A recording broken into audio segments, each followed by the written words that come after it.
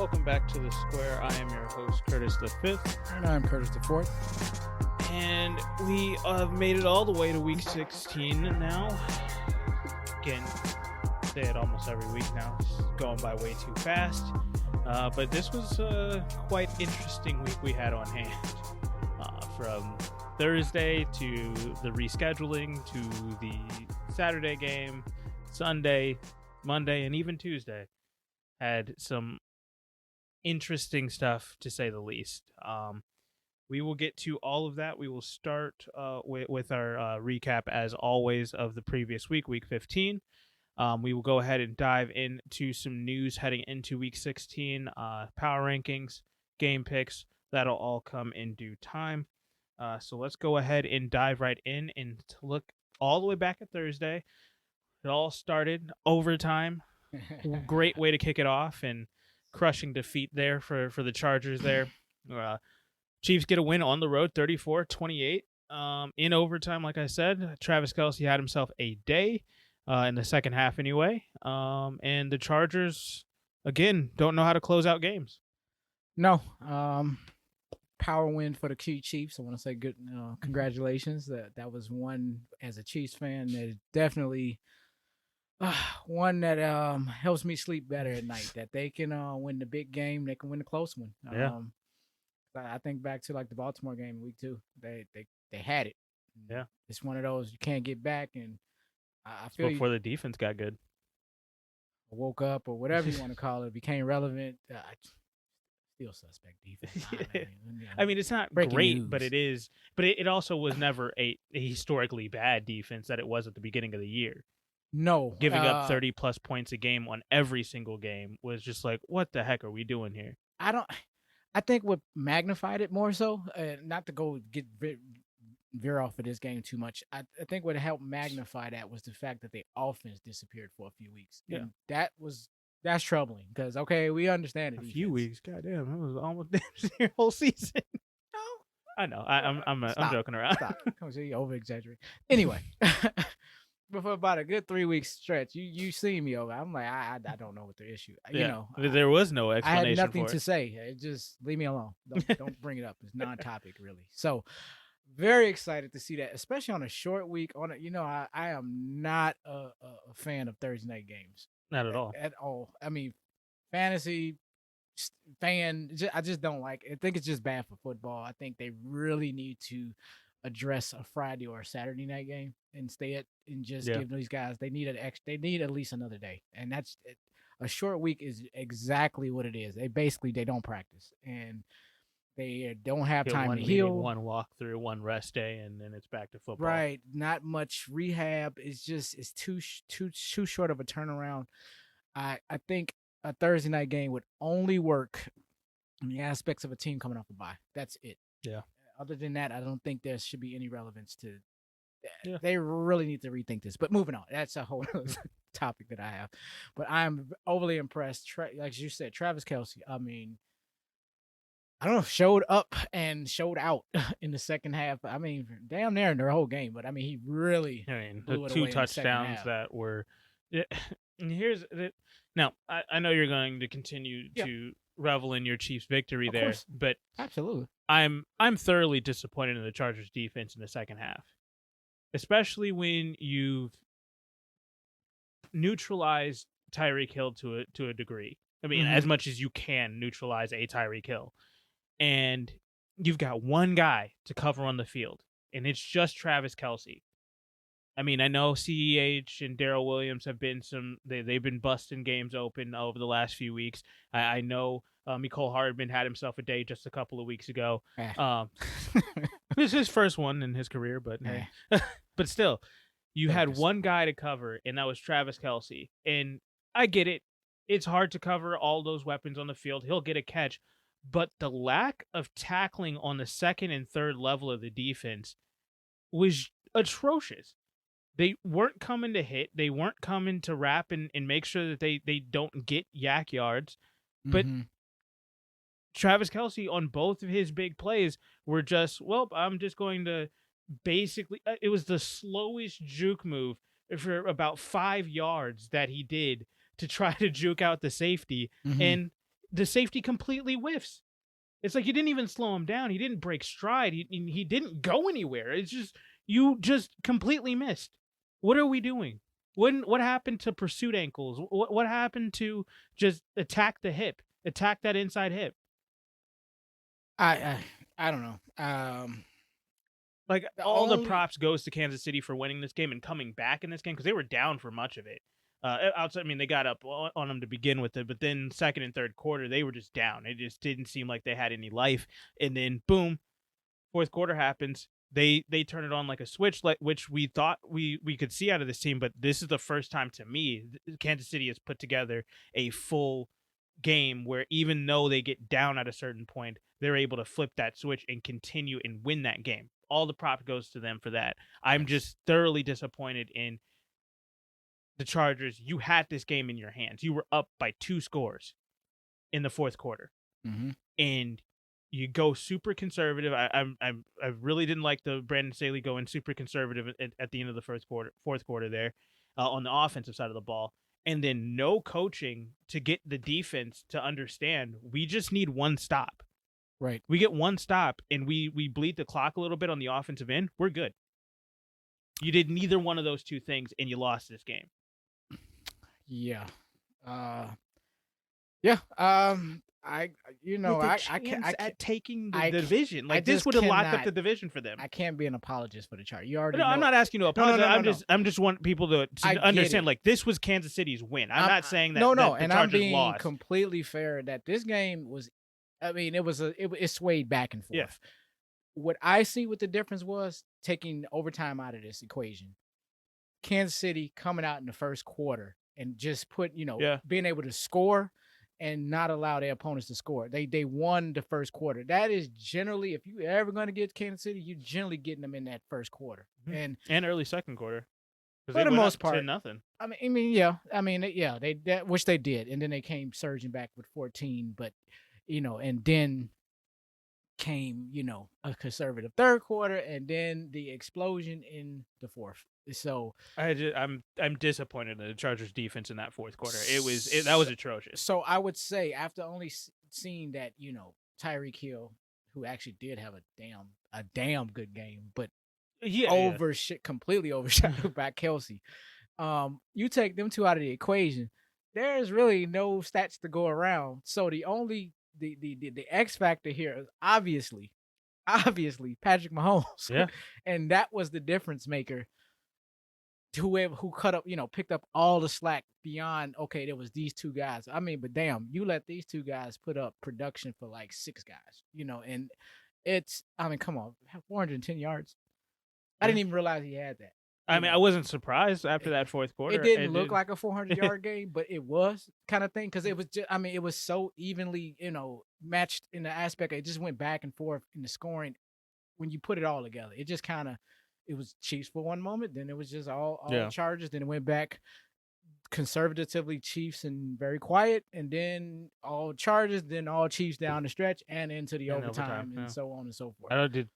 Chargers didn't even get a chance. No, get the ball. And that's what champions do. I don't knock it. I mean, they need to change the rule. They need to change overtime, in my opinion. Again, but this is a revised version of it. Yeah, no, I know. Okay. But I'm saying I think that I want them to go to college. No kickoff, 30-yard line. I think it's 25, so that you get a chance. It's basically a drive from the plus 25. You get in the end zone or you don't, or you kick a field goal or you don't. 25 yards out or 75 yards out? I don't know the rule. No, it's 25 yards out. So the goal line is 25 yards away. You got to score a touchdown. You got to either score a touchdown or you got to do whatever you can to get as many points on the board as possible. You can go ahead and it's basically it doesn't matter if you run you can run your entire playbook basically because you can run the ball, you can pass it. The only thing you don't do is kick the ball off. So first and 10 on the 25 in basically 5 yards outside the red zone. Yep. Okay. I mean, and then once you go, boom, goes straight back to the other team. They go from their 25 and they can either match, or if you didn't score a touchdown and kick a field goal to get as most points you can, they can beat you. on that, and they get to match, and it just goes back and forth until somebody either doesn't match or true loses. shootout. I think I like that actually, and it gives credence to both the defense and the offense. It's not just no defense, one, but go ahead. it's true. No, and that's fine. But I think it also it what it does is it limits to a degree. It will limit injuries because you don't have to it's not another have to drive down the that field. 22 car pile up. Right. So that's just me, but that has nothing to do with this game. No. Again, Kansas City outright won this game handedly in going down the stretch there, and all the props goes to them. And like I said, just incredibly disappointed in the Chargers' game plan and thought process and lack of defensive aggression in the fourth quarter. So now I'm gonna ask. I haven't looked at a quick look at their rundown of their 8-6 record. Are they, just from my memory, are they dropping all the big games? Like maybe they pulled one out, but they are just not showing up for the big ones. Or correct me if I'm wrong. Because I get the impression they're not being able to close out the big game. I wouldn't say that. They've got a big win early on in the season at the Chiefs. They won at home versus the Browns when the Browns were still relevant. Okay. They got one against the Raiders while they were still relevant too. They lost a very close game with the Patriots. They won a very close game against the Eagles, 27-24. They beat the Bengals. They beat the Bengals, so that one's a big one, and they were really close in this game too. So, I mean, it's kind of 50-50. Yeah, they kind of because I would even give them the Washington one. Washington week 1 too. That was huge. Even the 20-16, that kind of was on the road. That's what's big, right? And that's kind of like I was on there, like I don't know about this team. Yeah, but. And I guess that's part of my sentiment. It's just like they don't seem to have that next gear, It's the consistency which is missing, and I don't know if it's. I mean, part of it definitely in this game specifically was the offensive line. They lost Rashawn Slater and I forget his name. Another offensive lineman, very big. But so that. For one, kind of hampered what Jackson and Eckler could do. I think Eckler ended up getting injured in this game too. At some point, I thought he came back, but he came back. I think he got a stinger or something like that. Yeah. He had to sit out a few plays, and he just wasn't himself in the second half. But regardless, it shouldn't have even come down to that. You were up 2 scores going into the fourth quarter. Win the damn game. Yeah, it was theirs to win, but. And I think that's, like you said, that's the difference between a champion and a contender. True. So let's get to Saturday. Yes. Colts, big, massive win versus New England. New England got a couple of points in garbage time here. Did not see that coming. My goodness. I don't mind Indianapolis winning. Is not what's shocking me. It's how they won. I was like, it was defensive domination. Yeah, this looked like that. Okay, that's that New England team we seen back like in week 3, week 4 type. Like they regressed all in one night, and now I don't even know what to think of this team. Because what was giving me so much issues going into this game was, for one, and I mentioned it last week, was that I hate going against Bill Belichick coming off of a bye week. Regardless of if Indianapolis is coming off the bye either, it's Bill Belichick off of a bye week. You can almost guarantee that is a win for Bill. It's bad news. Yeah. So, but the other thing that I don't know if I stated last week was the Patriots' rushing defense was they have been sneakily one of the best rushing defenses of the entire NFL this year. And not to say that Jonathan Taylor hasn't been the best rusher this year outside of Derrick Henry, but it's just that is basically. Can we mention Dalvin Cook now? I have to put his name back in there, just to be fair. But Jonathan Taylor, Dalvin Cook, whoever. Yeah, you're looking at basically you're stuck between a rock and a hard place with this defense and these types of rushers. It's just like the strongest man alive versus an immovable object or something like that. It's just these two forces. Yeah, these are ridiculous entities going against each other. And Jonathan Taylor, I think, solidified himself in the MVP conversation. I think he should be number 2 in the MVP conversation right now, if not number 1, based off of what a team that we saw kind of crap the bed All right, earlier this week. I agree, but let's just keep it where the NFL is going to keep it. Offensive Player of the Year. They're not good. I know. He deserves the MVP. You're he has preaching to the choir here. You do not, but you already know, they are not going to give a non-quarterback this. I'm not gonna Voldemort this thing. It's basically go ahead. I didn't want to stop it. It's Tom Brady, it's Jonathan Taylor, and it's Aaron Rodgers. Those are the 3 guys that are in contention for the MVP this year. Cup? I know. Cooper Cup. He would be 4th. Breaking all he's top 5. Breaking records. I mean, but he's definitely, again, that's why we got the Offensive Player of the Year, which I know he's in the running for that. Well, and from you bringing up Cooper Kupp, I would say Jonathan Taylor should be the MVP and Cooper Kupp should be the Offensive Player of the Year. I agree. I don't think it should. I just don't think quarterback should be a lock. I know, and because with the game Tom Brady had, and we'll get to that game in a minute, that was atrocious. Regardless of how many guys you have go down, that was bad. Right. And that should automatically, this late in the season, take you out of contention. I have not been impressed with Green Bay by any stretch of imagination. They're 11-3, and they're the only team to lock up a spot so far. And I've been sitting here. I feel you 1,000% because I'm sitting there like, man, I don't know why they do not pass the eye test for me. They just don't. And I'm like, you're efficient. The numbers are all positive, and the record is showing it. Everything is reflecting in the positive, moving forward, going north, all that. And yet, while I watch you all, I am utterly unimpressed. Every single time I turn on a Green Bay game, I'm just like, and we'll get to them in a minute too, because I think that the game that they just had should take them out of the running. And not to take Aaron Rodgers out of the running, but the game that happened just this past week against Baltimore. To me, there should be no reason that game was that close. And we'll get to that in a minute. But back to the Colts versus the Patriots. 27-17, the Colts handedly win this game.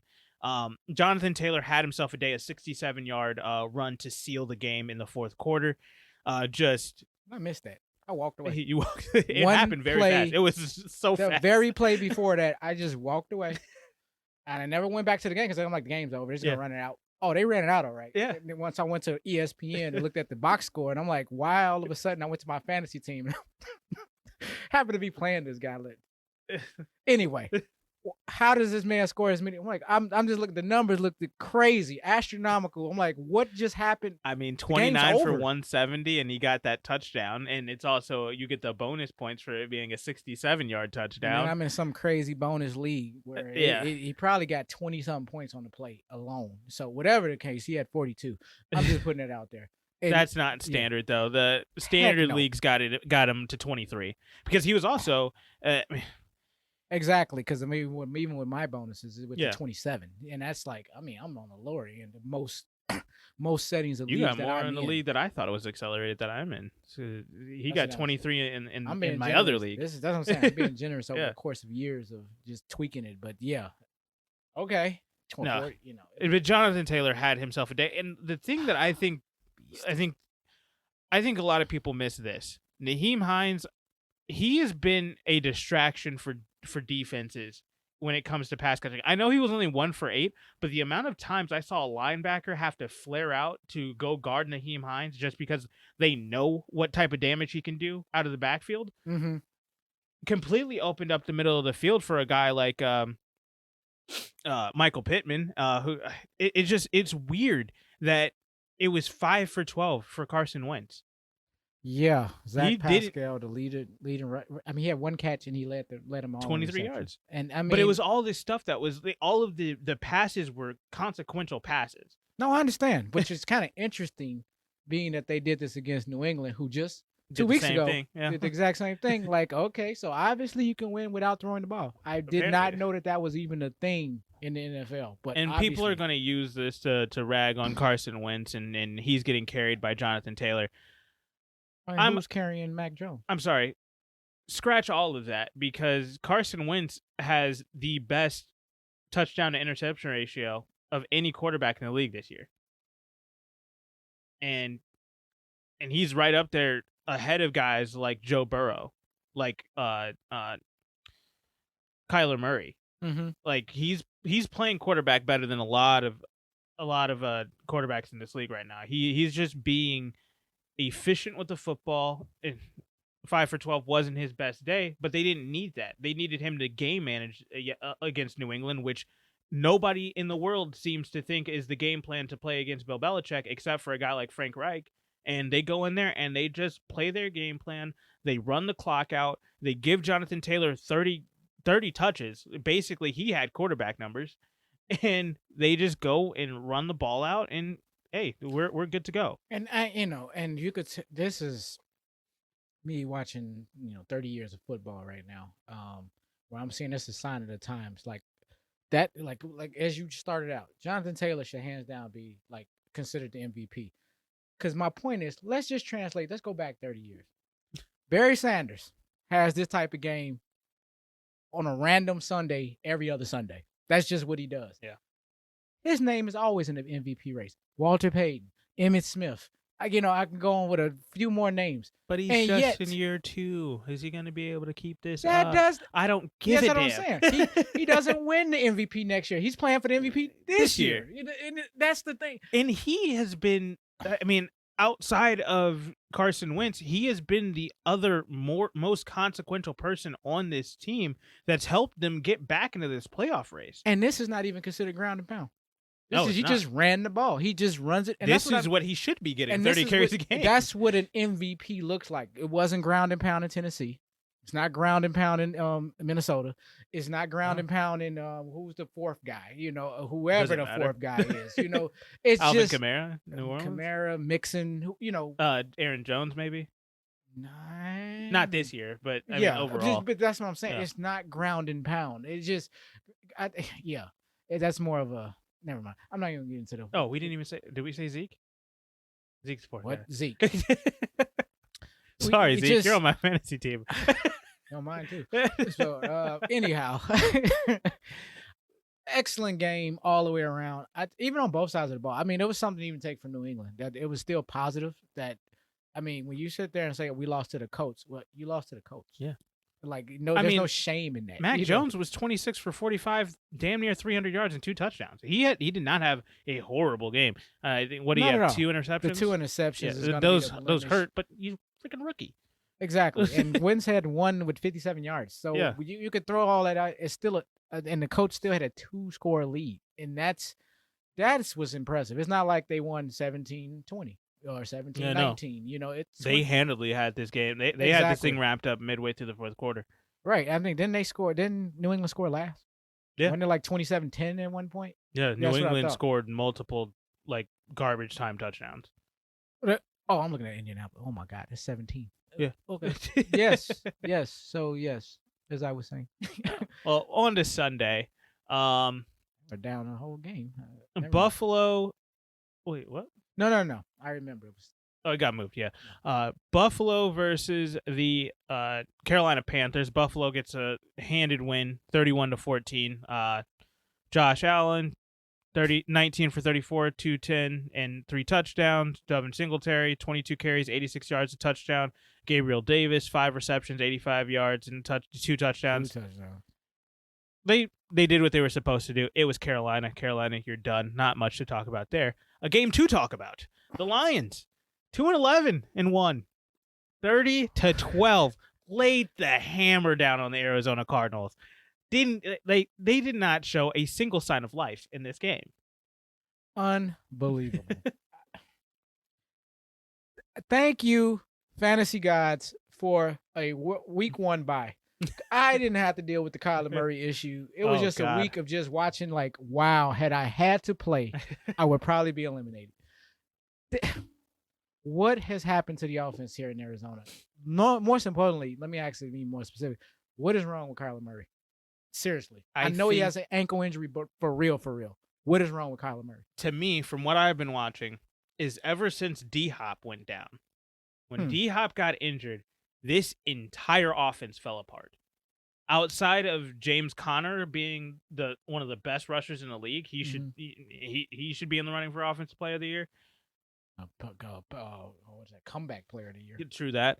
But Kyler Murray's numbers, as soon as DeAndre Hopkins goes away, straight down the tank, and it sucks because it came along the same line, around the same time that his injury happened. Did it happen in the exact same game when they played Green Bay? In week I 8? think D Hop's injury happened the week before, but he played in the Green Bay game, and then he played, I think, one play sparingly. Yeah, and he had one big play, and then he just kind of disappeared for the rest of that game, and so did Kyler Murray.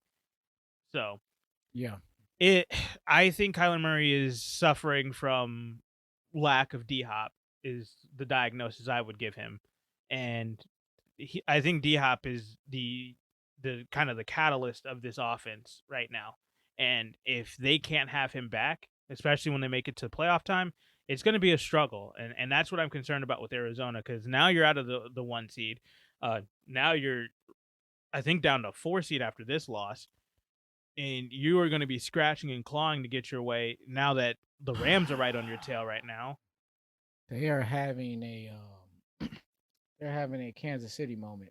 They are 3-4 in the last 7 weeks. So since their 7-0 start, and they have literally went off the rails. And I still have faith in them. I still think they're a good team, but a good team and a championship team are two different things right now. And I can't say confidently they are a championship team, because they are have now too many officially injuries. a playoff contender to me. Yes, and just kind of back in the mix with everybody else, trying to catch lightning in the bottle at the end of the year. One of 5 teams with a 10-4 record right now. So so they don't have that aura they once had. Not at all. But I do think, don't fall asleep on them. But after this Detroit game, and I want to get back to Detroit and give them their credit, because we don't give them credit Jared much. Goff had a career day. We've seen a lot of that this year. A lot of these people just, that you never heard of, just this was their year. Like, with whatever week it was, Mike Williams, Cordero Patterson, this is the Jared year of Goff's.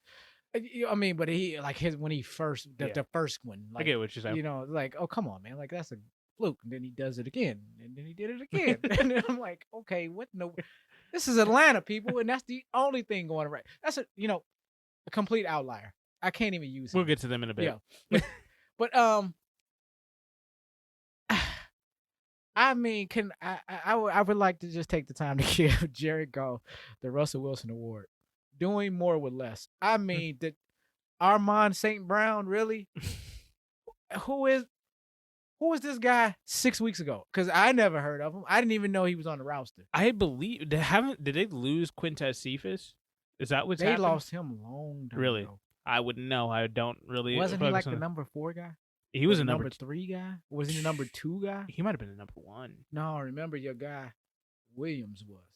Remember way back when? God. Remember that guy Tyrell Williams? Remember him? You're right. Yeah, never came back. Yeah, he's done.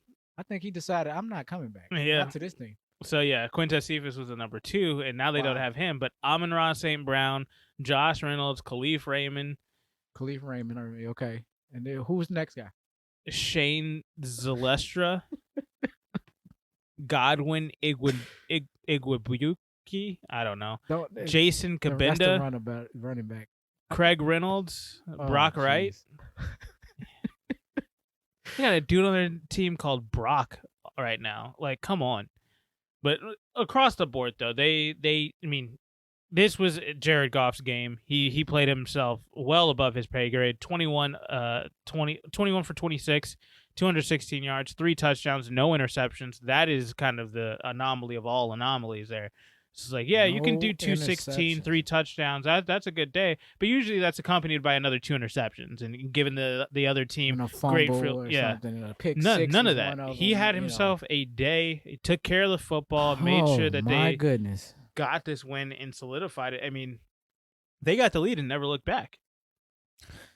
No, they didn't. And I'm over looking at Kyler Murray's stat line. Not bad overall. It's okay. It's decent. It's acceptable.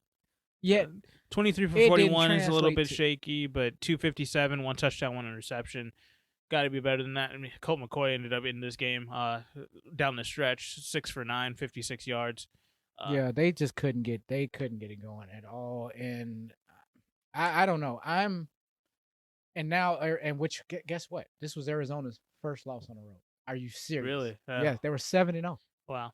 You don't remember I was going Yeah. on about this whole set, and it didn't hit me right then and there either. It hit me afterward. I'm like, are you freaking serious? You lost. I know I'm saying that they lost on the road, but come on, you're undefeated on the road. You all own the road, and yet you're going to Detroit. This is a home away from home. Nope, not today. Not Detroit said not on our watch. And if Detroit was saving the best for last, they certainly got it this week. And I just want to say congratulations to Detroit. Quality win, showed they have some life, gives Dan Campbell something to build off of. Definitely. I mean, I don't know if they was biting kneecaps or anything, but hell, they are now. It worked if they did. So, congrats. Well, yeah, congrats to Detroit. Great Arizona, win. get better, do better. They need to get healthy. I want to save my criticism for them until they're healthy, because we haven't seen them healthy for 7 weeks. So, and that's on both sides of the ball. And I'm very concerned about their defense right now. More so I'm concerned about everything. It's just nothing is going right for them right now. Not at all. So, all right, the Jets went ahead and lost again to the Dolphins. The Dolphins keep their playoff hopes alive. They are now they're now 7-7. They won 31-24, and that is now a winning streak of 6 straight to get back to 500 for the Miami Dolphins. They were once the worst team in the NFL, and now they are right in the mix to try to get that last spot in the AFC. So, congrats to them. You beat who you were supposed to, though. So I don't want to dwell on them for too long. Can I just share one little fun fact that's how they're back in this? They are, and if I get my notes here right, I'm not on the right page. There we go. They have a 6-game winning streak. Yeah, so. They went 6 straight. They went 1-7 to start off the season in the first 8 weeks. You're taking my thunder because that's what I want to lead with. You led with it, and I'm not even listening to you. But my point being is, freaking amazed. Like, how in the world did that fly under the radar? They have life. 6 freaking wins. Unbelievable. Still don't think they're going to make the playoffs, but even if they don't, that alone. That's this single-handedly, to me, saved B-Flow's job. Yeah. Yeah, they had to. My gosh. And if it doesn't do anything else, it has to make Miami an attractive place, destination. Well, they're getting Deshaun Watson. We already know that. I ain't want to get rid of it. You know, when they do get him, oh my God. Win. It's not an if, but win. Man, can I get one ticket, please? Just let me get any game. I don't care which one it is. All right, the Cowboys go on the road, beat the Giants. They're a lowly Giants team. Cowboys now in second place in the NFC, 21-6, get the win. Still shaky looking at Dak Prescott without a healthy Ezekiel Elliott. So I'm hoping at some point they can just solidify themselves wherever they are in the rankings, and they can just sit everybody for a couple of weeks. That's what I'm hoping for the Cowboys, because I think they will probably talk about in the next segment, but they just need a win, and basically they're in the playoffs. So as long as they get that, I think they'll be perfectly fine. I know they still have an opportunity to get in the 1 seed, so it might be a little bit shaky for them. And I seen this as more as a tactician game. The numbers wasn't blowing people away, but they just controlled the game and game flow with the ground game. Yeah. And I mean, they used both running backs. No one broke, busted free or anything like that. But when they needed to move the chains, they moved the chains. When they needed to pass the ball, they passed the ball. When they needed to kick a field goal, if necessary, they kicked the field goal. And they just, it was just a tactical game and nothing to, get super excited. And just basically just controlled, just tempoed it from start to finish. It not much else to say. It was really just an X and O's game. You know? I mean, there's not, like you said, there's not much there outside of that. So, but a team that just won't die, won't just go away. Pittsburgh was able to get themselves a win, 19-13 against the Tennessee Titans. Just go away. You're not good. You're not going to compete for anything in the playoffs. Just go away. Yeah, and I'm going to say as the caveat, now they got Kansas City that's COVID ridden. So I'm just throwing that out there, people. You cannot just yet write off Pittsburgh just yet. I'm not saying they're finna make a run and do anything. They are a pesky deterrent right now. The whole and they AFC just North jump, is separated by one game. Yeah, The entire AFC North. It's ridiculous. It's If you're not literally, which is it's so baffling to me. if you are not Jacksonville, Houston, and give me the other one. Who am I missing? Jacksonville, Houston, Detroit, and Chicago. Oh yeah, Jets, and the Jets. If you're not one of them three teams, everybody else in the AFC got a shot. Yeah, that's true. Literally has a shot. Not they're on the bubble type thing. It's like, no, like if they win 2 of the next 3, they literally got a shot. Almost everybody in the AFC controls their own destiny. If you win out, you're in. Yeah, it's almost it's like the first time I've seen in a conference where there's nobody in the bubble because that means everybody's in the bubble. Yeah. Type of thing. It's like, no, it's just like you said, everyone can control their own destiny. Win or lose. It's the most baffling thing. I've never seen this before. Not this late in the season. Week 16, 3 games left. What? And only 3 teams out. That's it. And 3 teams we knew that was going to be out anyway. It's like they didn't have a shot in it. It's like you telling me everybody else was in play the whole season, like, and that's taking this. We discussed this off air. That damn Vegas game. I was like, they sit there and let Vegas sneak in there and win that some kind of way, even though I know we both changed the picks. Yeah. And mind you guys, yes, we did change that pick. We make our picks the very next day. 150 people in the league get COVID. Yeah, so we got to make an adjustment. Come on. No, there's nobody. Nick Chubb, and I don't even know who the hell the next player was. I just knew Nick Chubb was playing. That's it. This is it. So that's not enough. And obviously it wasn't enough.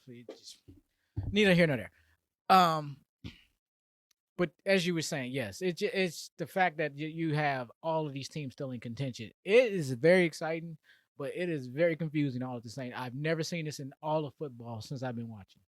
Well, you just mentioned it. 2 teams that are out of it. 30-16, Houston Texans beat the Jaguars.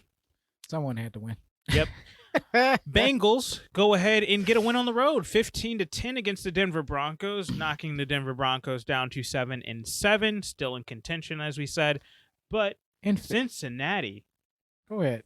I got the 4th place, number 1 in the AFC North right now, 4th place in all of the AFC, lead the pack, control their own destiny, and have almost basically, as long as they win this next game against Baltimore, they basically have a free ride straight into the 4 seed and possibly even higher. Yeah. It all comes down to this next game, and we'll get to that later on in the show. But, man, the Bengals, with this win right here and some of the other stuff that happened across the league, they definitely took advantage of a situation where they had 2 straight losses. They were in a bad spot. They were on the brink of being knocked out of the playoff race. And boom, they came right back and they said, not today. We are still here. Joe Burrow, they had to tough out this game for sure. But for them to pull this game off and win this handedly and make sure that they're putting themselves in position to win the AFC North, it's going to be tough to knock this team out of the playoff race right now. That's true. And kudos to Cincinnati. I don't have an issue. I had an issue with them dropping some key games down those last 2 weeks.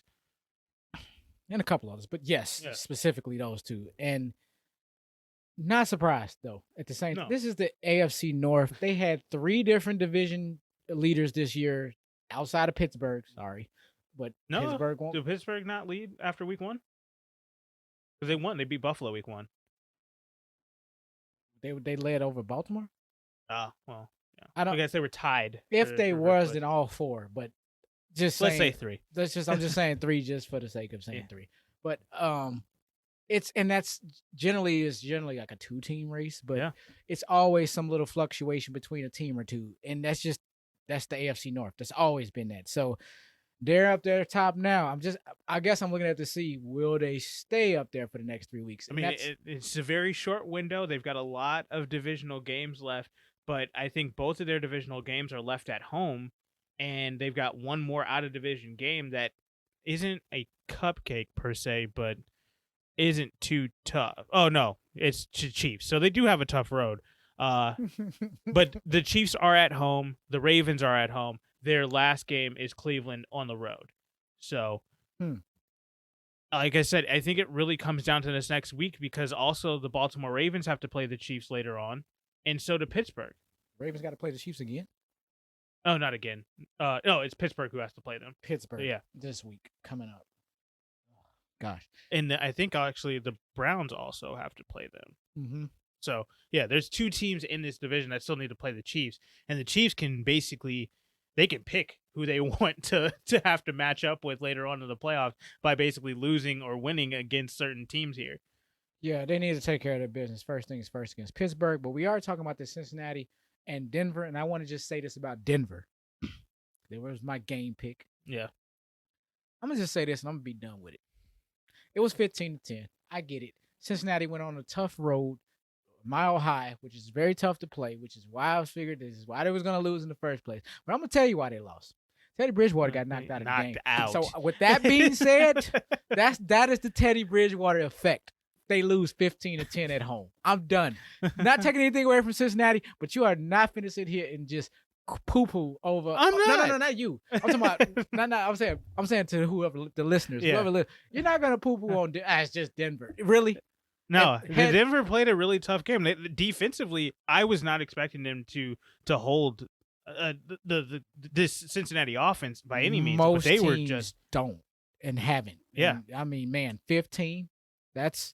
And you lost your starting quarterback, and you put that much pressure on your defense. That's saying a lot, but that's what it's like playing in Denver. Yeah. All right. But yeah, moving on. San Francisco gets to 8-6, 31-13. Absolutely just decimates on Atlanta. No surprise there. Good for them. They're 5th seed, I think, right now, or 6th seed in the playoff race. And now to a game that we do need to spend a little bit of time on. Green Bay versus Baltimore. You really got to spend time on it. Yeah, because we keep trying. Packers, congratulations. You won the NFC North title. We're doing this one time, and I'm not doing this anymore. Yeah, that's it. Okay. I'm giving them their kudos. You won the NFC North title. You're back on top. Good for you. Awesome. This was the most uninspiring game to me. I don't give a damn.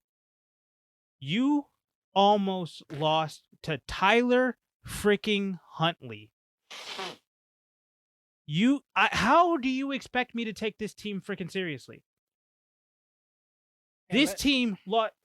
Go ahead. Lamar Jackson is the leading passer and rusher for the Baltimore Ravens. They lost him. The dude that is their offense. Literally. What am I supposed to do with it? How am I supposed to crown them as the leaders right now? I don't understand. It came down to a bad play call at the end of the game for a 2-point conversion for you to lose this, to win this game. I was okay with the call. I didn't like the play that they called because it wasn't enough. If they would have had somebody that could have made a fictitious rub route for Mark Andrews and actually get him open, get a little bit of separation, I'm all for that. But you had nobody on the right side. The play didn't make sense because you didn't have anybody else over there to open up the traffic lanes. You had nobody. If Huntley can get you 30 points, I'm okay with overtime. I understand. I don't like the call at all. I understand you don't like the type of call, but you like the... No, I love the call because the defense can't stop Aaron Rodgers. The defense is... and it's not because the defense is bad. It's because they did not have their defense.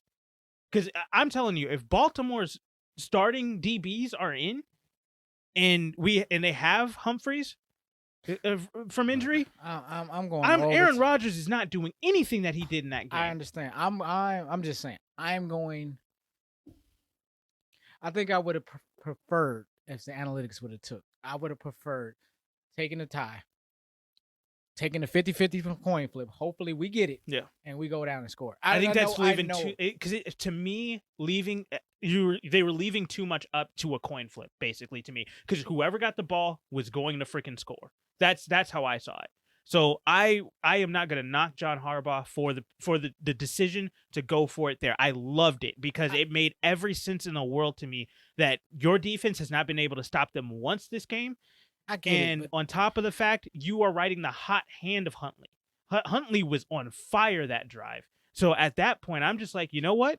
If we can win it right now and not have to leave it up to chance that they might not score on this next drive, and we can go ahead, or for that matter, that they might not score at all because there's still 42 seconds left. Mm-hmm. Plus the fact that we also have to wait and see if they're going to get the coin flip. If they get the coin flip, then he still has to sit even longer and get cold. Let's just end it right now. Let's win this game and let's put all the pressure just on them to get all the way down into field goal range and then leave it up to Mason Crosby, who can't hit a high pressure kick to save his life. He's only hit one, and that was against Cincinnati 7 weeks ago. Yeah, everything to me about that was right, of, except for the actual play that they called. It's just this Green Bay narrative, and this just fell into that. Like, oh my God, just it's like almost like it all that makes everything sense until that play didn't go through, and it's just like, look, we just handed them away. It's like, God damn it, you did played all that. Just I know. I feel like kicking the field goal is handing them the win because you're not going to see the ball again. There is a less than 50-50 chance that you never see the ball again. I get it, and let me just say, I just don't like Green Bay. I just, oh my gosh, this is painful. And then and on top of that fact that you might not ever see the ball again, if you do get the ball back, how long is it going to be in between? Is that 20 minutes? I don't know, but I'm talking about real time, like not game time. I get that, but I know one thing. If I don't know anything else, I know what I did see.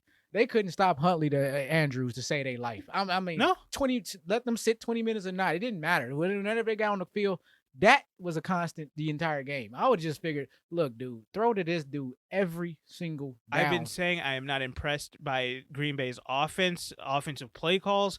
They did score 31 points, so Aaron Rodgers, like I said, he is in the MVP conversation. To me, he's third in that conversation in my own estimation. Mm-hmm. But this defense has been so suspect, and it really came through to all of the light came through on this to me in this game specifically. Just you lost a team that literally lost their entire offense and half of their defense to COVID. Yeah, and it gets covered up by the Division North champs. They just continue their winning ways. You know what I'm saying? Now they lead the NFC. I'm just saying it's sad in that context that it gets overshadowed by that. Yeah, because this is what I know it. The second that they lose in the playoffs, because to me they will lose. I was just about to go there. We are going to come right back to this right here. This showed everything. This will be the reason as to how they're going to get caught in the playoffs. Whether they get that number one seed or not, I don't care which round it is. It does not matter. They're going to get caught. I find it very hard to fathom that they're going to find a way to make it to the Super Bowl. Not say win it, just to make it there. I'm just like, I'm sorry. That's a tall order for the way that they've been playing and executing plays. And I'm going to say it's about how they're executing.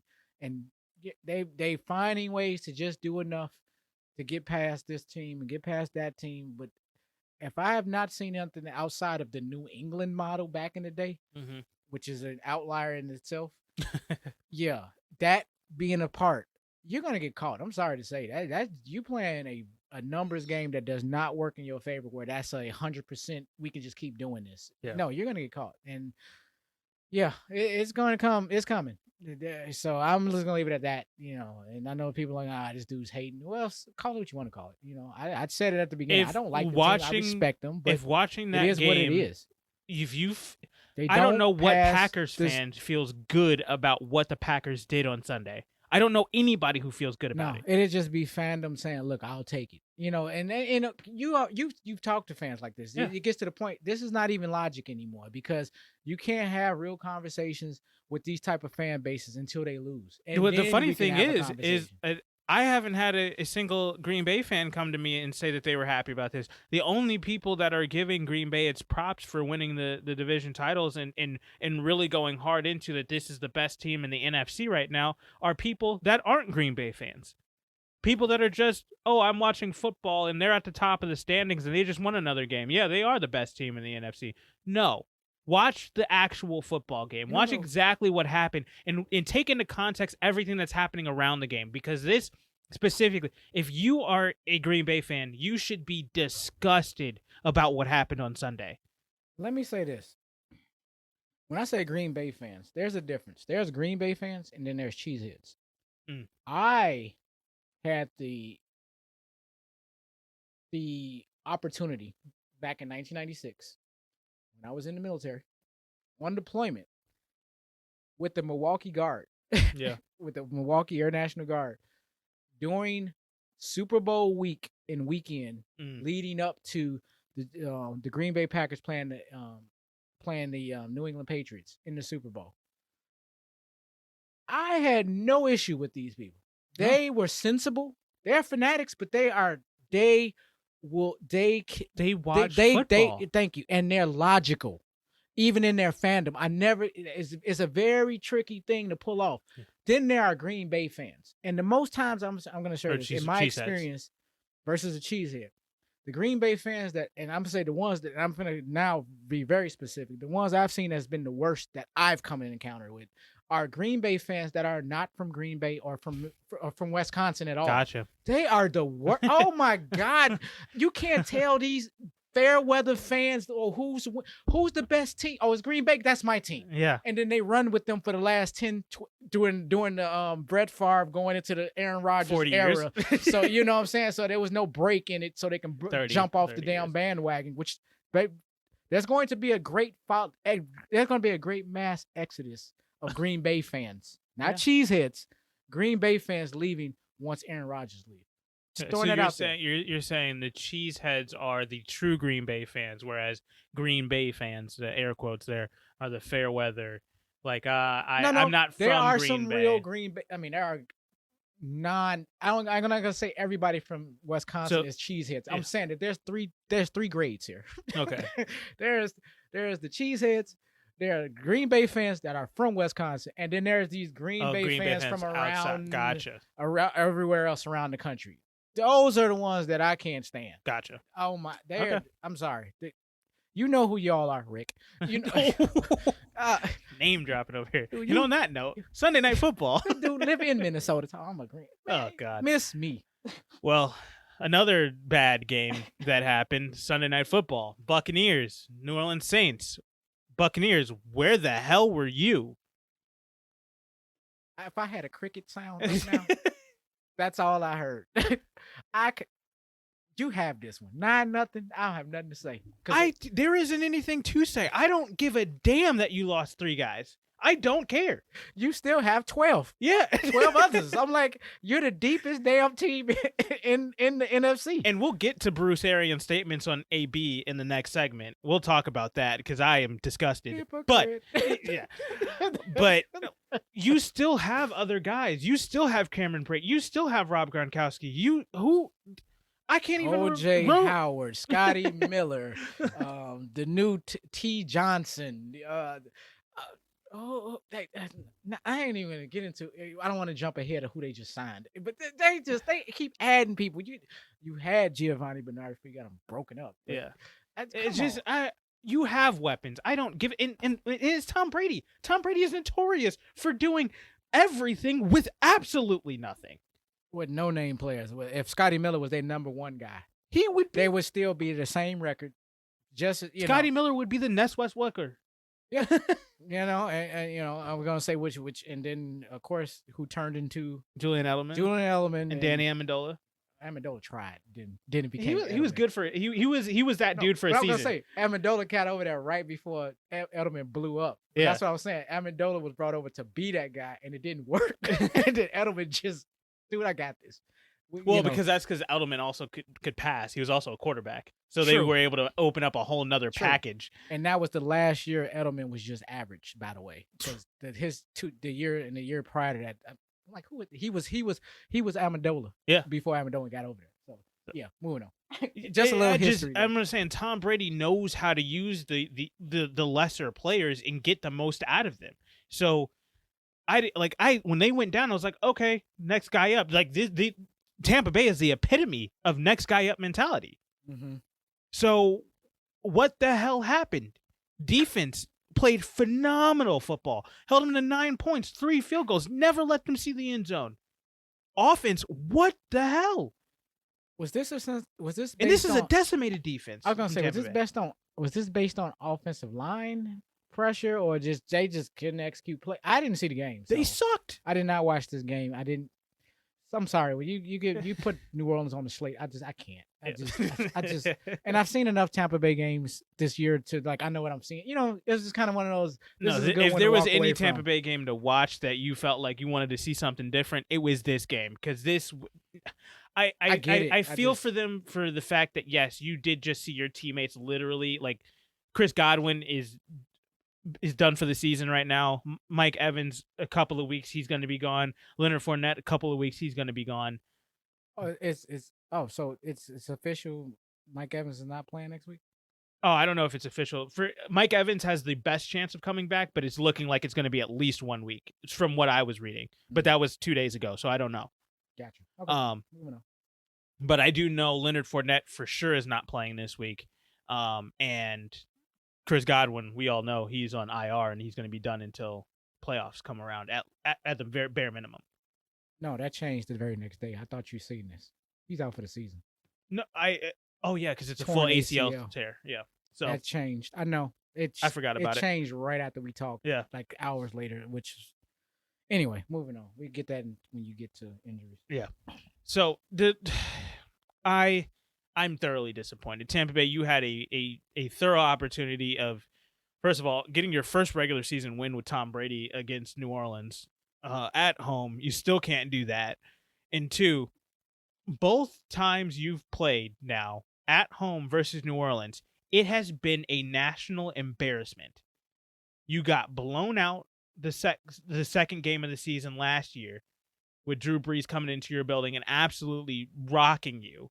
And this week, you got absolutely manhandled by New Orleans defense. It is. And this week became a week of broken streaks and records because Tampa Bay went into this game 6-0 at home. And now they lost their first one. Yeah. And I didn't fail to mention the same thing for New England. They were 6-0. And now they're 6-1. Yes. Oh, wow. So Arizona, New England, and Tampa Bay drops one, Arizona respectively on the road, but nevertheless, they were all undefeated respectively either at home or on the road going into their games respectively this week. And all snapped across the board. Yeah, and people are all on the fantasy side. I'm just as a quick plug. And they're saying, oh my God, this was like a horrible week for games. Just horrible.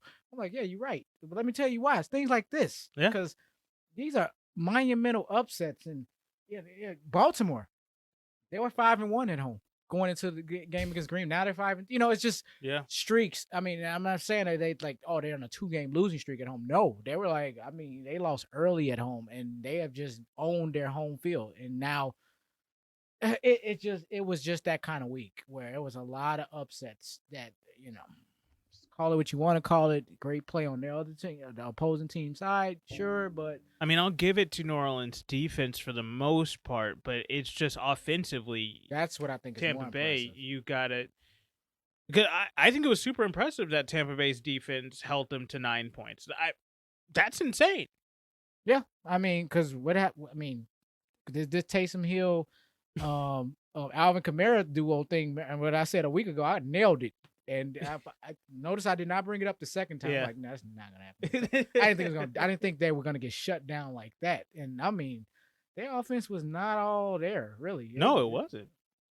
But yet their defense held up, and I'm like, what the hell? And I'd never seen Tampa Bay ever check out. Regardless of injury, I'd never seen this team check out like that. That's exactly what I think it was. They got decimated by those injuries, and they just never adjusted and that's what did them in. And there's not really much more to say about it. It just is we got to see what the hell they're going to do next week. Yeah, I agree. We shall see, and it's a shakeup, to say the least. All right. Moving on to Monday. Now, I'm jaded because Monday to me was the worst officiated day of football I've seen. Monday was horrible. And let's start. Okay, unfortunately, I don't have NFL Network, so okay. You got this is all you. This is all you right here. Okay, Cleveland versus the Raiders. Now, this one was not as egregious as the other one, and we'll get into it. There were a few bad calls here in this game, but this game was just bad all the way around without Cleveland having their guys. But man, Derek Carr, I feel like he's done. It's over. Because say more. At this point, yes, you won the game. You pulled it out. But offensively, you're going against a Cleveland team who had nobody on defense. Their entire team is on COVID. They were the worst hit by COVID this week. They have nobody. And you got I forget the quarterback's name that he went against. I don't know. It doesn't even matter. It doesn't, but still, I wanted to give him his props because he played actually a very good game. I'll pull him up. My ESPN completely froze. But basically, 16-14. How are you not scoring touchdowns against this team? This defense, yes, they've got Myles Garrett. That's it. Takk McKinley went down early in this game. Mm-hmm. There should be no reason you aren't double teaming Myles Garrett and then just blowing up this entire game. Mullins. I know, Nick Mullins. It just popped up for me. How did I forget? Because he's unforgettable. He really is. He knows how to lose a lot of close games, don't he? He sure does. My gosh. But they had nobody on defense, defensive back-wise or pass rush. It was just Myles Garrett on the defensive end. You should be able to attack them and really go after and get you could bleed the clock as much as you want and get as many points as you can because your defense basically should really never have seen the field. Maybe 10 minutes of playtime. In short, this should have been a smash spot for the Raiders, and it wasn't. And from what I'm looking at now, I went through the numbers and everything. It looked like it was just a grounded out game. Now, talk to you on offline. You've been telling me like this guy cannot seem to locate the football to his receivers. When we talk about putting the ball in spots, he kept to me for I could just be grossly just disinterested and disgusted by Derek Carr from what I've seen earlier in the season, and I'm kind of blowing it out of proportion. It very well could be the case. But I try to see this as objectively as possible when I was watching him. To me, he gave the defense so many opportunities to take the ball away, in my opinion. Putting the ball in spots where there were so many just 50-50 jump balls. That's where his interception came from. It's just a heave down the field, and it was a 50-50 ball. Why the hell are you just hanging that up there? So if they had more starters in there, you think this would have been a hold? Could have been a hold. Come quite different. It could have. Hunter Renfrow played a horrible game. To me, he's the most consistent of them all. And when he's playing that bad, obviously that's going to hamper Derek Carr. Right. Because he's his kind of security blanket. Plus, on top of the fact that you don't have Darren Waller and Foster Moreau. Oh, God. Get him out. I'm sorry. This dude is not a good tight end. Just isn't. He had multiple key drops one early in the game and one late to just completely kill drives. Wide open, nobody within 15 yards of him. It just straight through your hands. Well, that's why he's technically the number 2 guy. He should not be on the roster because if you're going to have next man up mentality, when it comes down to it, we should be able to call a play that gets you wide the hell open, which they did. And all you have to do is secure the catch and fall down. Wow. And he couldn't do that. I know he was 7 receptions for 65 yards, but multiple third down plays. Both of his drops came on 2 third down plays. Gotcha. that were key third down plays to keep those drives alive, and where he had nobody within 15 yards of him and just dropped it. You ain't catching the two critical ones. It doesn't really matter. Yeah, you can move the ball and keep the ball moving all the live long day, but when you get those critical plays, when you go and think back on games and you think on certain plays, those two drops are ingrained in my head for Foster Moreau. Like, dude, I would never want you anywhere near my facilities if you can't. Right. With like, it would be different if these were third down plays that were catching traffic. These were wide open plays. There's nobody there. There's nobody to break up the pass. The first one was a little bit behind him, but still, there's nobody within 15 yards. Stop, turn, grab the ball. And again, just fall down because you're already 15 yards down the field. You've already got the first down. Right. You don't need to advance the ball. You don't need to continue to get upfield. All we need to do is keep the drive alive. Wow. So that does give a little bit of reprieve for Derek Carr, but there were other plays where you're just throwing the ball up into double coverage and you get picked off, or you're trying so hard. Like, I don't know what it was. He had just this obsession with Zay Jones on a go route. And it's like, dude, it's not there. They're going to double cover Zay Jones because you're not throwing it to Hunter Renfrow. Right. So spread the ball around. Get other guys involved. It's just not there, and it's frustrating to watch it because they do have talent on this team. It's just you don't want to use it, and he, specifically Derek Carr, I don't think can take advantage of it. I think he's trying. I think he might be at this point suffering from what Carson Wentz was suffering with Philadelphia last year. I need to play hero ball the entire game to get us to win games, and that's just not it. Well, I mean, we already said that the Raiders were a team that was kind of in flux anyway, and maybe this is a true sign of this showing it's coming out. I mean, considering this was a COVID-ridden game, I mean, I'll get Vegas. You get the victory, but it comes with an asterisk. It literally does. I mean, because I have no faith in either one of these. I'm saying that with the aspect of looking at what Cleveland was supposed to be this year. Yeah. And then when they have to drop a game like this, one that they critically needed, but I can understand how they lost. But damn, and you was right there, and you could have possibly just pulled this one out. You know, I just think the win would have meant a lot more and would have went a longer way with Cleveland than it was going to go for Vegas. If this was a Cleveland win, this puts Cleveland in first place. It knocks Cincinnati down, I think, to like third? 6th or 7th. Oh, you're talking about in the whole AFC. Gotcha. So it would have propelled Cleveland to be on the driver's seat with a few games left. And this is a game that they needed because they've got Green Bay left on the schedule. They still have another game with Pittsburgh, and I think they have another game with Cincinnati.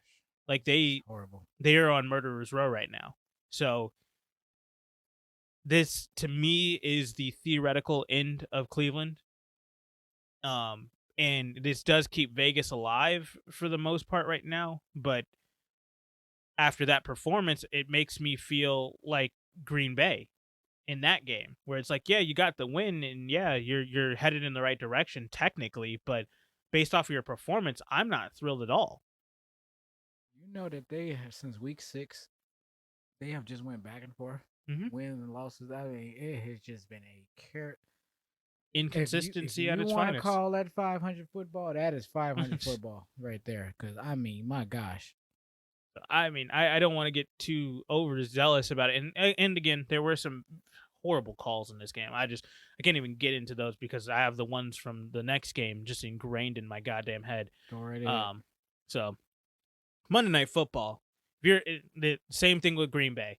Vikings fans, congrats on the win and keeping your playoff hopes alive. You got the 7th seed right now, but man, you better be shaking in your boots because there's no way this team is going to continue to pull out games like that. You got handed this game. I walked away in the third quarter. I couldn't stomach this game. Well, did you see the drive that kept them alive? Nope. It must have happened it happened in the third quarter.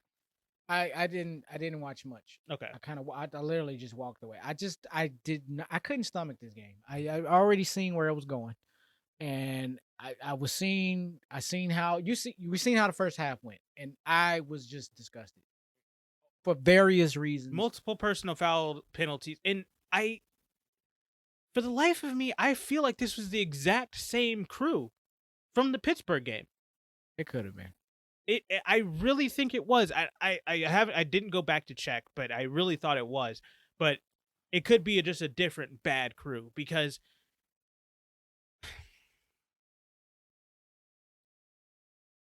the personal foul penalties to me there were a couple that were like, okay, yes, you can't do that. That's immature. But those ones came after the ones where it was just like, what are you looking at? Yeah, routine tackles are just, Okay. How many of the what was it, the unnecessary roughness calls that we were getting? Like, I mean, dude, so when Tevin Jenkins got his personal foul penalty for unnecessary roughness for throwing a punch, I was pissed about that, because technically Tevin Jenkins was the third guy in that. He was the first and third guy in that encounter. Mm-hmm. He stops who I can't remember for the life of me who threw Justin Fields out of bounds on that play. I don't remember who it was, but Tevin Jenkins comes directly up to him and he just stops him. He puts his hand on his chest and stops him, and he's giving him a piece of his mind. Sheldon Richardson comes out of left fucking field and punches him. He's the number 2 guy. He is the guy who should have got the flag on. And when Tevin Jenkins retaliates to that, then Tevin Jenkins gets the personal foul penalty? The hell are we looking at? Tevin Jenkins, because the announcers were exactly right. It's immature for you to come up and just punch a guy. That's not what he did, though. He came up, he stopped him because he's like, what the hell are you doing to my quarterback? And he's talking to him. You can see his hands are down. After he stops him from walking, they're just in each other's faces, just talking. And he gets punched, and he's the one in trouble for it. And I give all the respect to Jermaine Fitty for being a leader and coming over there and chewing him out for retaliating, because the retaliation is what got the flag and kept that and pushed them back even further. Great as a leader on the team, but sorry, Jermaine, you're not going to be here next year. Protect your damn quarterback. Right.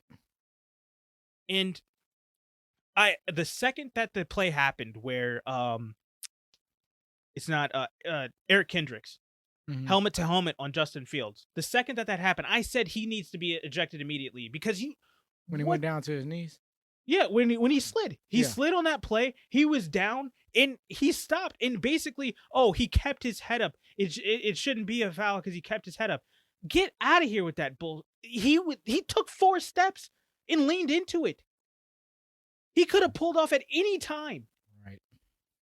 And he did get ejected for that, and that's all the props. But there have been multiple plays this year that I'm surprised Justin Fields isn't like concussed for the season, because he has been taken multiple helmet to helmet hits, and it's gross that the NFL has not come out and reprimanded some of these teams and fined teams for these hits.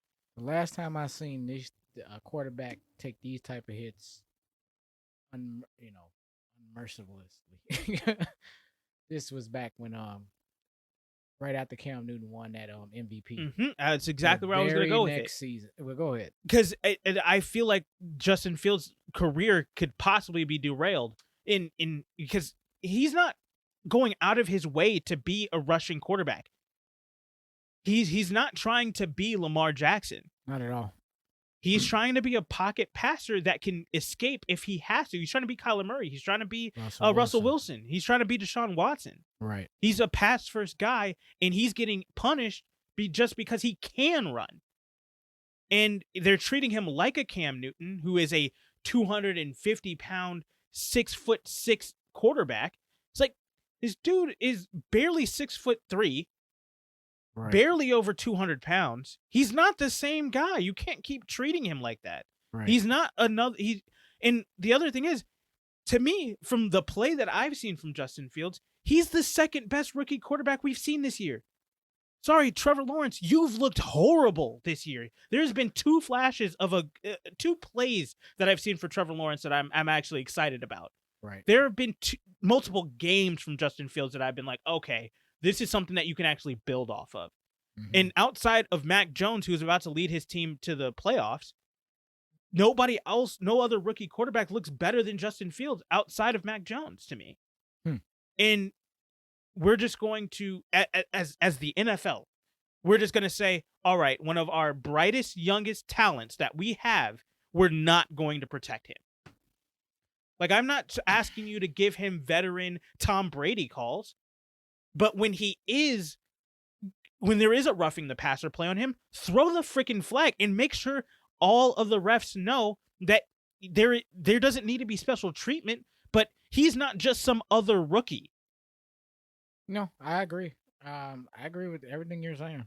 I think this is just another extension of a very old narrative where the Chicago Bears organization is just the walking mat and the punching bag for the league for some strange reason, and they just hanging this guy out to dry. I haven't even gotten to the worst play. Go ahead. You mentioned it. You kind of alluded to it with the Tease Tabor play. Mm-hmm. And this was the drive that won Minnesota the game, mind you, because I gotta say, this game was the best I've seen Chicago's defense play. Robert Quinn has come to play. Akeem Hicks came to play, and I need to see Akeem Hicks be able to play a full series and not have to be taken out. But that would have been the series to do it. This one right here, where it's third down in forever, and you run the ball with Dalvin Cook just because you got to run the clock out, and you know you're not going to. They knew they weren't going to get that first down. And Tease Tabor makes the play of the game, dives through a block, trips up Dalvin Cook in the backfield, stops them at their -20. In 5 seconds after the play, flag comes out. Why? Because he went low against the lineman? Sorry, he made the tackle. He doesn't give a damn about that blocker. He's not trying to go low and take out his knees and end this man's career, which, by the way, he actually never made contact. And I was going to say, and there has to be some level of intent going on where you got to, you know what I'm saying? Some things are just incidental contact. Yeah. And that's in the rules. It's in the rule. It's in like the bylaws of the rule that they're supposed to, like, the incidental contact does not count for this. Yeah. And the dude made the tackle. You how can you be flagged for making a tackle? Now tackling people is a flag. It's a flag. It's an offense to the game. Completely. It's you preaching to the choir here. Like I told you, I walked away from the game. This weekend was there was a few nice games out there. Yeah. It started out great, but man, by the time it got to Monday and Tuesday, I think I just had NFL fatigue and I just had too much. It was a lot. It was a lot. But the other thing is that, okay, things like that happen, and then later on, and we get a personal foul penalty. I forget what that play was, but that extended the drive again. For instead of it being a field goal, they were able to get a touchdown out of this drive. It was because of that. Another one that extended it, and it was just like, dude, what are we doing here? But that isn't even like that. Tease Tabor one was the worst one to me because that's a tackle. He makes a tackle and he gets flagged for it. Yeah, the hell are we doing? But then, and now I would want to say this about Matt Nagy. I want to thank Matt Nagy because this is serious. This is actually for real, because I have seen multiple of our coaches in the past where they're lame duck coaches. They just give up. Mm-hmm. Matt Nagy cares. It's not like where he's just, I'm done with this. I know I'm getting fired and I'm not even going to try anymore. Whether it's he's fighting for himself in a job later down the line, or he truly does love this team and wants to see the team succeed as much as he can, he cares. And I wholeheartedly respect that. And I'm not saying I want you back next year. Let's not go too far down. But okay. I do want to thank Matt Nagy for the amount of effort that he has given with the amount of BS that the NFL has given the Bears over this last season. I don't think any other coach would do that. I even think a guy like Mike Tomlin, with the cards that have been handled to the Bears, he would have given up on this already. So I do want to thank Matt Nagy for that as a Bears fan, to watch him have the amount of intensity and effort that he is trying to put in, even though you can't call an offense to save your life. Right. Want to thank you for your effort.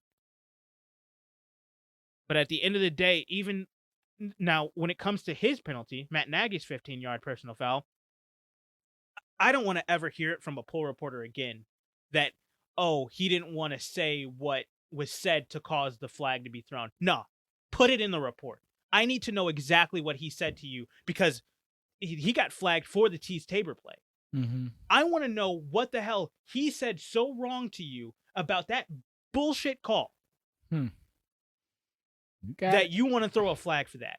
Because everybody in the stadium, everybody at home, everybody in the booth, everybody in the NFL headquarters, everybody in New York who was watching that play was all like, dude, you got to put that back in the pocket.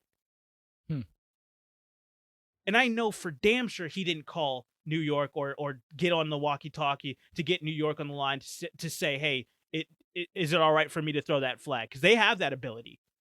They can talk directly with the booth umpire and say, hey, I this is what I saw. Are we good to go ahead with that? Right. I know for damn sure he didn't, because everybody in the NFL headquarters, everybody within the stadium itself would have said, no, that play that was a great play. Like, right. Everything was clean on that play.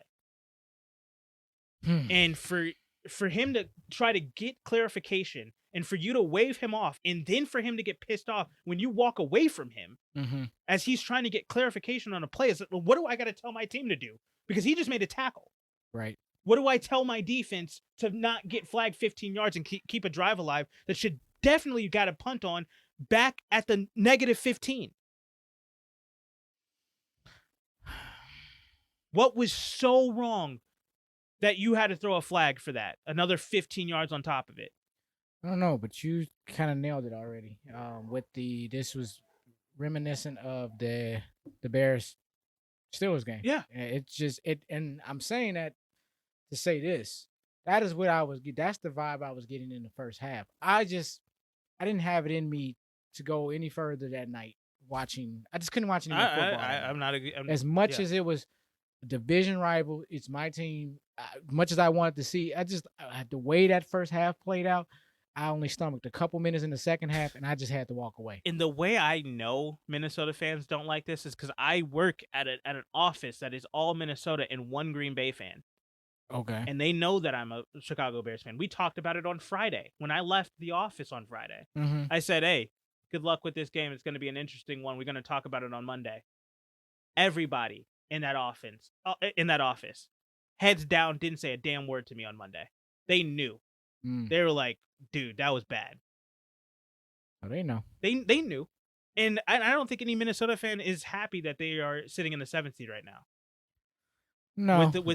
With the schedule that they have left. Not the real ones. That you got your cockeyed, your fanatics. Optimist ones, that just I'll take a win anyway. Any way they can get it. But but yeah, I hear you. That's why I gave you the segment, because I'm like, I'm sorry. I had to just disclaim, I walked away from this game. I could not watch this. And just I don't like bad football. No, I know. Based on what happened, I'm not saying that they just execution wise. It made for bad football. But go ahead. Let's get back to the game though, because Chicago played a fantastic game. The only thing that they couldn't do was score in the red zone. I'm looking at the stats, and I mean, I was just like, how in the hell did they even win this damn game? Justin Fields, this was a game where I was like, oh my God, Justin Fields is a guy. Like, he's only getting better, and I'm like, he's a rookie. Like, okay, and you can see the potential here. And I finally have seen the connection that I've been waiting for this entire time. I knew Justin Fields loves his tight ends because I knew when in the preseason, when he was throwing touchdowns in 3 straight weeks to Jesper Horsted, that it was going to be his tight end and his number 1 wide receiver. He loves Darnell Mooney, and he loves Cole Kmet. 6 for 71 yards for Cole Kmet in this game. That is massive. That's one of his best games. And those were key plays that he was getting. Right. 3rd down conversions, 3rd and 8s, getting 12 yards on those types of plays.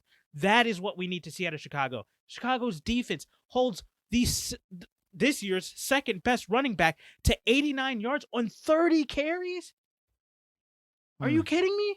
Ridiculous. There's so much to build off of here in Chicago, but no, the refs want to get in the way and just say, no, we're going to control these games. And I respect Robert Quinn. I know he's going to get fined for it, for coming out and saying we need to check the refs before we start looking at our coach. And I agree with him with this game, respectively. Sorry, Matt Nagy, still got to go, bud. But again, thank you for your effort. But it's true. The refs at this point, they need to overhaul this. And Minnesota, NFL, please take my idea. You don't have to give me credit for it. Just do it. Full-time refs. Ref seminars in the offseason. Grade them on a true scale in finable offenses for refs. Give them better pay, give them better training, give them hold them freaking accountable. They need to be impartial judges of the game. They cannot continue to have these subjectivity calls that are going to just absolutely change the outcome of games. They should not have the power to say, oh, he said something to me the wrong way. That should affect.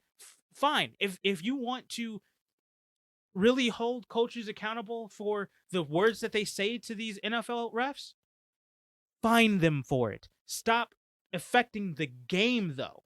Right. Just because he disrespected you does not mean that this organization or this team should take the hit. That guy who said something offhand to you, that's between you and him, not between you and the game. Yeah. Well, this is a long ongoing issue with the NFL. And it has been for so long where you get these ref crews that come out here and just they upstage the entire night or the entire afternoon. It's like these season ticket holders, people coming out of town, they did not come to see you throw 1,000 flags today and just because you're in your feelings. Thank you. It's just like, man, look. I don't know if you're getting a failing grade. You made a bad call. You should get chewed out for that. Exactly. Like I said, I don't know if you're getting a failing grade. You're on probation. If I see this crew in the playoffs, I'm gonna be hot. Because that's just the NFL saying we don't give a damn. Let me say this. If I've never seen anything else in major sports, it has come down to ref crews, certain referees and ref crews and stuff like that. 9 times out of 10, I've seen they're always at the center spot or center, the centerpiece in the playoffs. They're highlighted. I don't get it because some kind of way their referee grade has been passing. Some kind of even though throughout all the controversy, it is like it's an outlier, and it's some kind of way it offsets and it'd be the same crew. Hell, you'll see these in the NBA championship, Game 7. Crew. Well, the NBA is a whole different ordeal. Yeah, same results, but but we have undeniable evidence of tampering with the Absolutely. NBA. That's different. NFL, we don't have the evidence. Wink, wink. Yeah. But I do have 2 eyes, and as you do, and we can see clearly. Yeah, what's happening. So, but with that, go ahead. I don't have much. I'm just giving you the floor to get it out. I'm pissed. It's just you should be. Because at this point, it's to me what it comes down to is yes, Chicago isn't going to make the playoffs. That's fine, but we also don't have a first round pick, so we are playing for literally pride.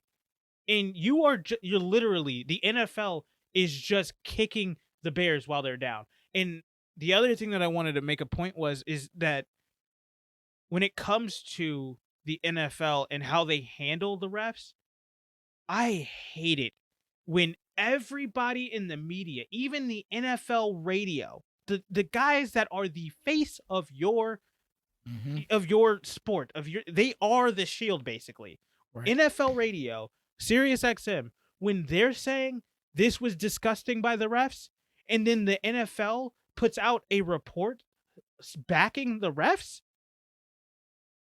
and we see it time and time again. Yeah, the NFL. You have to have some sort of integrity to say yes. The ref was wrong in this instance on the Tease Tabor play. The ref was wrong. That was not a personal foul. That is not what that rule is intended for. That should not have ever been thrown as a flag because he did make the tackle and that was his first priority. Look, you don't have to sell me. Maybe you have to sell these viewers. Look, I watched the completely controlled tanked Super Bowl. Okay, Yeah. I've seen it, and then to just go scroll and minding my own business on YouTube and come across a damn video of somebody who actually put a video out on it. And I'm like, okay, just in case, I just thought that maybe my personal biases were just in, and it wasn't. This has been a long-standing issue in the NFL, and it's with these ref crews that they can literally control a game at the drop of a dime at any given point of the game when they choose to, if they want to. Yeah. And we have seen it twice in Just the a same season, in the damn near in the same month with Chicago. Yeah. So that's that. I mean, we can't dwell on it too much longer. We got to wrap things up with these Yes. Tuesday Let's games. move on. The Rams, they get to 10-4. They are literally right on the doorstep of taking over the NFC West. 20-10 beat the Seattle Seahawks. A little bit shaky there in the first half and into the third quarter, but hey, Cooper Kupp, he's that dude. 9 receptions, 136, 2 touchdowns, gets them the win. You got how much we want to add on to that? Do I need to add anything on to that? I mean, I don't think you need to. to. That's what it was. It was Cooper Kupp. Kupp. It was Matthew Stafford. It was efficient football. They went in, they got their job done, they got out, and they're moving on to next week. I want to say one quick thing. Kudos to Sony Michel. Did show up and had another 18 for day. 92. 2 straight weeks. I like it.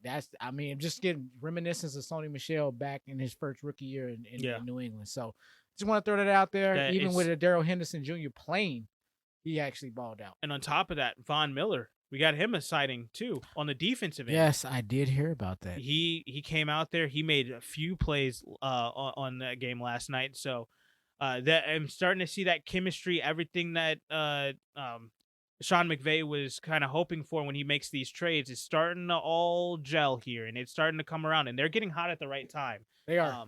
So they need a few things here or there that they need to finish working on.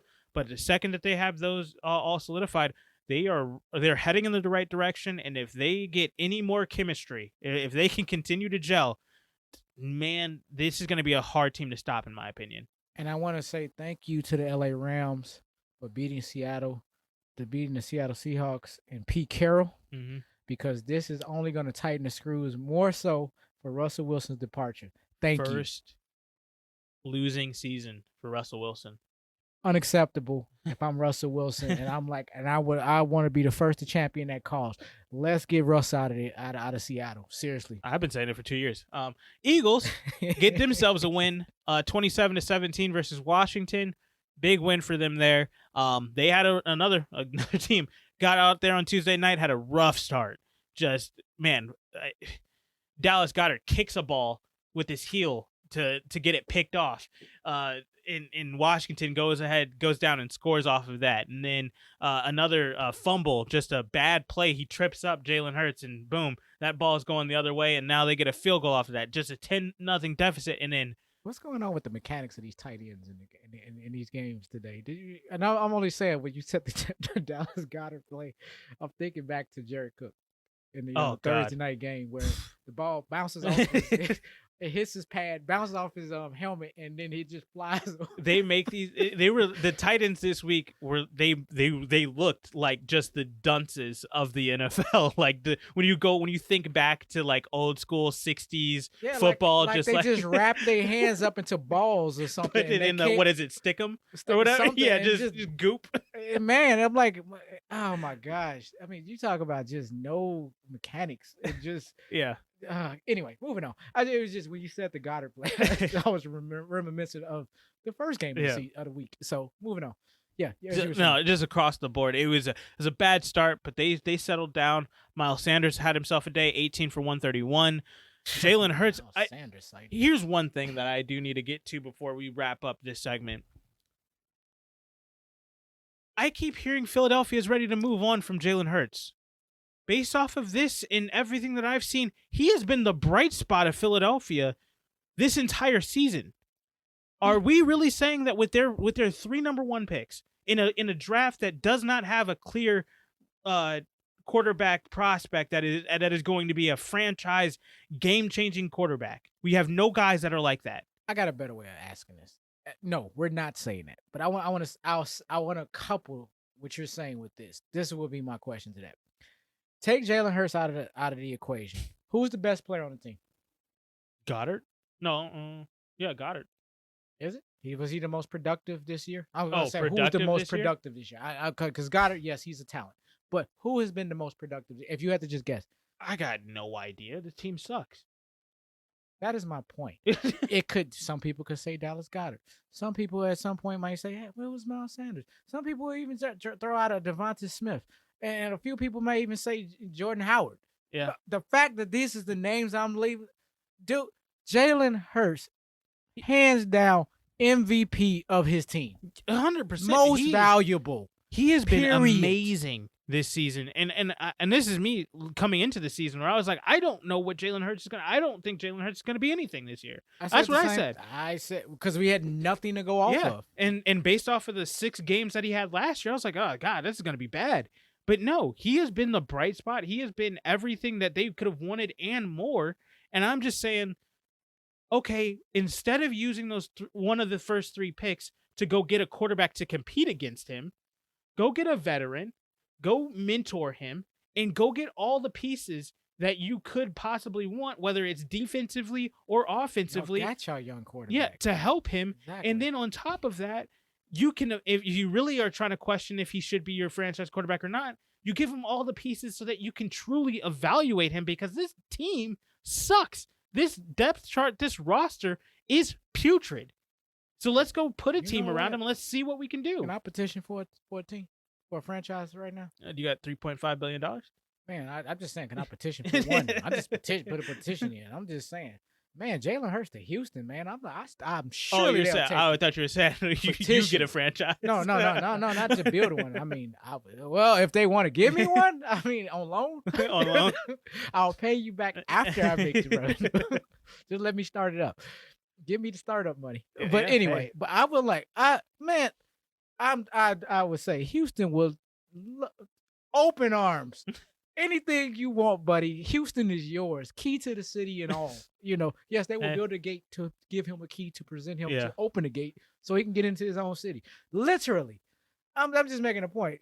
Are you serious? That I didn't hear any reports of that. They are seriously questioning. It was a conversation for the last 2 days. It was about Jalen Hurts and how he can really, if he really could be the franchise quarterback moving forward, and this, that, the other. It's like, if you're really going to try to evaluate him, put a damn team around him. See, Philadelphia, this is why you're going to win a title. It's not coming from Philadelphia directly. I do want to make that caveat. This isn't like a leaked rumor or anything like that. It's just a question that I've been hearing all season long. I thought it was coming from the fan base. No. Not a Philadelphia. I was about to say. I was like, it's a question that's been coming from like the national media. And I'm like, what? Why are we even talking about this? He has been the only bright spot on this team. And that's my point. If it ain't coming out of Philadelphia, this is a non-topic. This is just I'm just going to leave it at that. All right.